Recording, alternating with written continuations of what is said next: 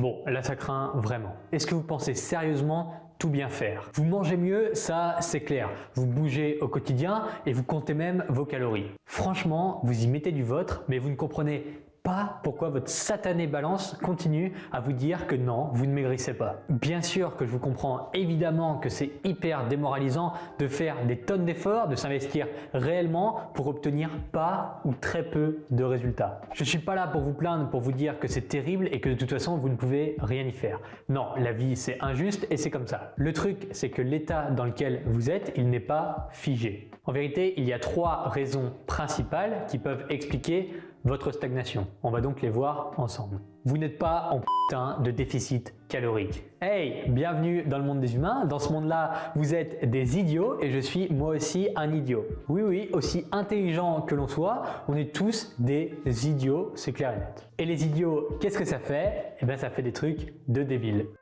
Pourquoi je parle de déficit calorique avec une fréquence allant de 12 à environ 6000 fois par jour? Tout simplement parce qu'un bon pédagogue, il doit répéter les choses encore et encore, toujours avec le même entrain, pour que les gens qui l'écoutent finissent par assimiler et par comprendre son message. Alors je sais très bien que parmi vous, il y a une petite portion de résistants qui regardent mes vidéos, qui lisent mes posts Instagram, qui écoutent mes podcasts, mais qui écoutent seulement sans appliquer. Donc ce qui est super, c'est que parmi ces gens-là, admettons qu'il y en ait 100 à chaque fois, eh bien quand je reparle du déficit calorique, au bout d'un moment, il y en a une petite dizaine qui se met à appliquer et puis à nouveau une petite dizaine, à nouveau une petite dizaine, etc.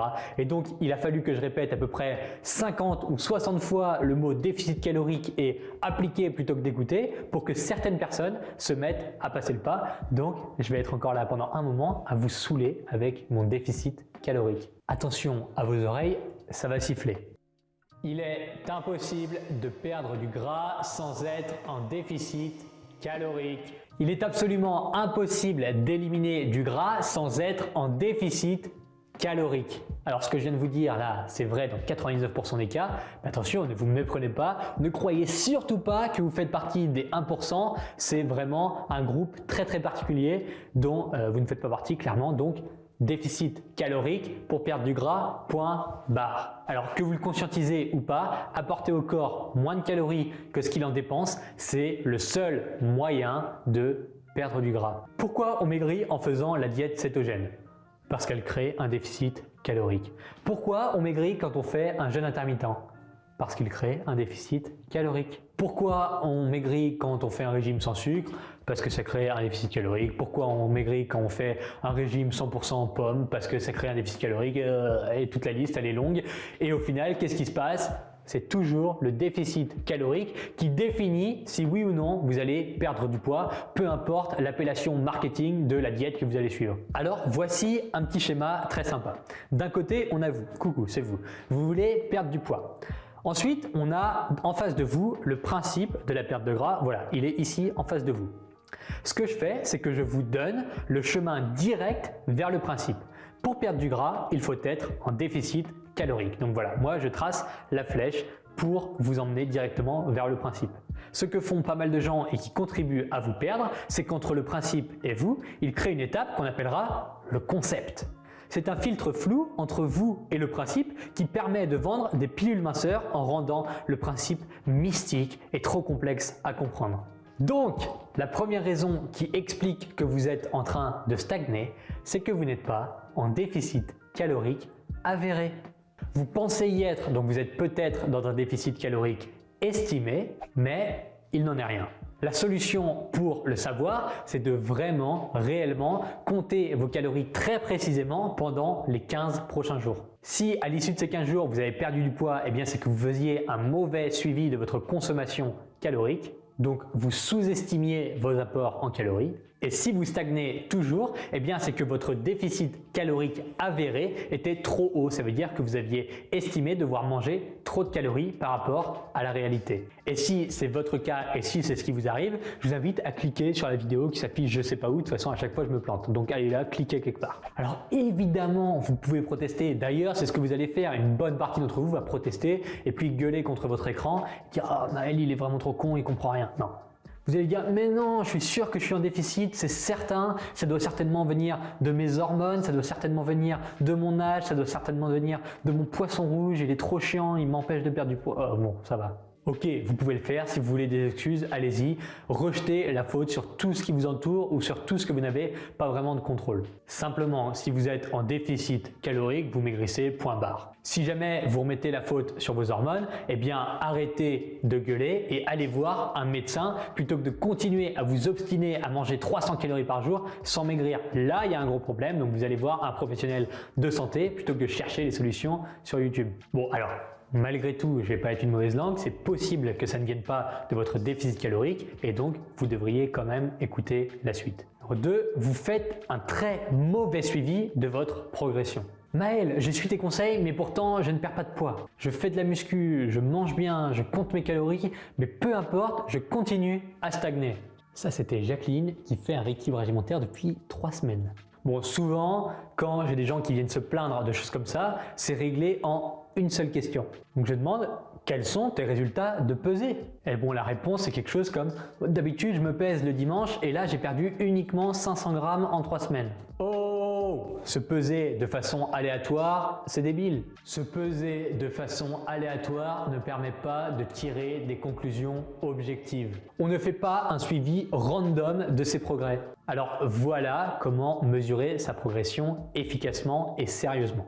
Vous vous pesez 3 fois par semaine, toujours dans les mêmes conditions. Ensuite, vous faites la moyenne des 3 pesées et vous considérez qu'il s'agit de votre poids de la semaine.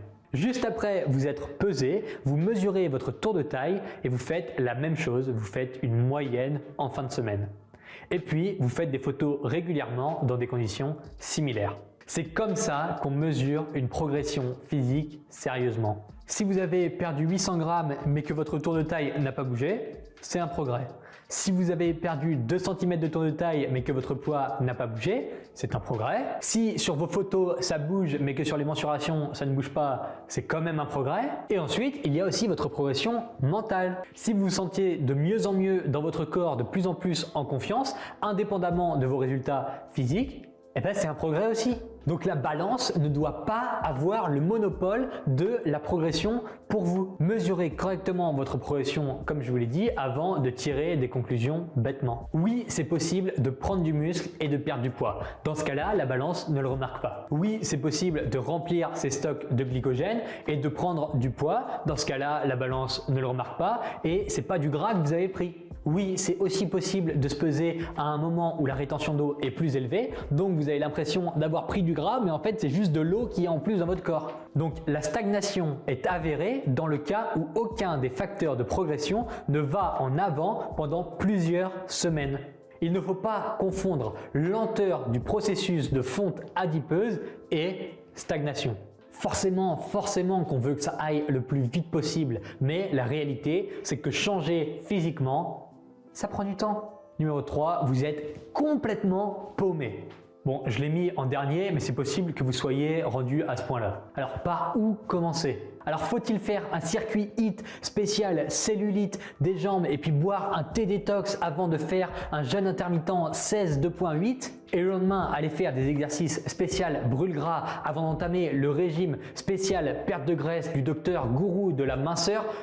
Putain, mais quel foutoir! Si vous voulez un bon moyen de stagner pour toujours, soyez prêts, là j'ai vraiment la solution. Écoutez absolument tout et absolument tout le monde sur internet concernant la perte de gras. Gardez votre esprit grand ouvert et écoutez vraiment ce que tout le monde a à vous dire. Allez-y, tendez l'oreille et appliquez absolument tous les conseils minceurs. Vous allez devenir timbré et vous allez être complètement perdu, c'est parfait, c'est l'idéal. Comme ça, au bout de quelques semaines, eh bien, vous allez être tellement désespéré et tellement perdu, vous allez avoir l'impression de rien comprendre du tout et d'être vraiment nul. Donc, vous serez beaucoup plus à même d'acheter des régimes minceurs miraculeux qui vont vous promettre des trucs incroyables parce que vous vous sentez tellement perdu que vous allez sauter sur la première occasion miracle. Donc, c'est parfait, allez-y, faites ça, rentrez les 2 pieds dedans, vous allez être complètement désespéré, vous allez devenir timbré. Bon, vous n'êtes pas sans savoir qu'il faut 9 mois de gestation pour qu'un bébé vienne au monde dans les meilleures conditions statistiques de santé possibles. C'est pas toujours drôle d'être enceinte, c'est pas toujours facile, c'est parfois douloureux, mais c'est comme ça. Est-ce que pour autant vous allez acheter une pilule aux promesses miracles qui va vous permettre de faire naître votre bébé en 5 mois top chrono? Est-ce que vous allez passer votre journée entière sur internet à la recherche d'une méthode incroyable qui vous permet d'accoucher au plus vite? Non, parce que vous savez que ça prend du temps.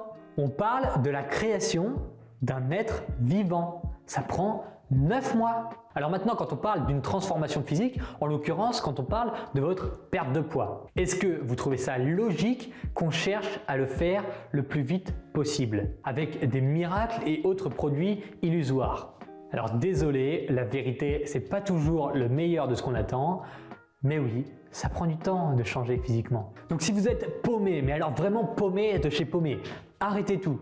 Déjà, vous pouvez lire mon livre qui vous donnera les bases irréductibles de la nutrition. Ça vous fera vraiment des bases solides. D'ailleurs, on va pas se priver.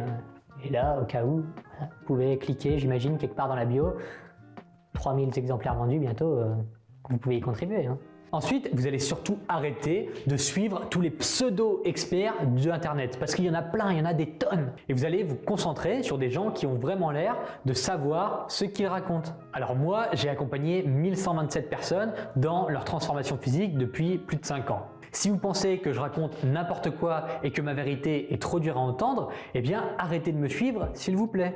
Vous allez vous faire le plus grand bien et vous allez pouvoir vous aérer le cerveau avec des gens qui racontent la même chose, même si c'est des conneries. Au moins vous serez plus tiraillé entre la vérité que je raconte et qui semble dure à atteindre et puis les espèces de mensonges illusoires que certaines autres personnes vous racontent. Choisissez votre camp. Bon ok Maël, mais je fais comment? Pas besoin de m'agresser, j'allais y venir. C'est dingue parce qu'on dirait même que toute cette vidéo a été tournée pour que j'arrive à ce point précis et que je réponde à cette question.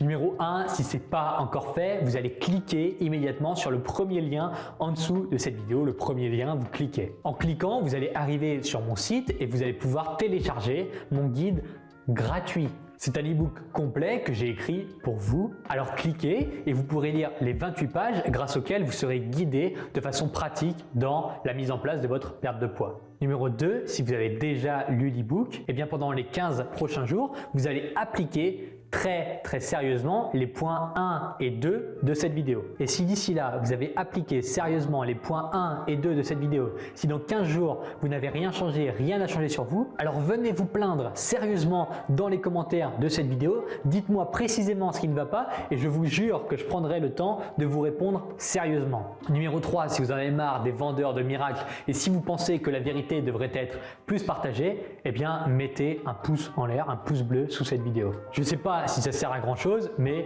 au moins ça fait un semblant de plaisir à mon ego d'escargot.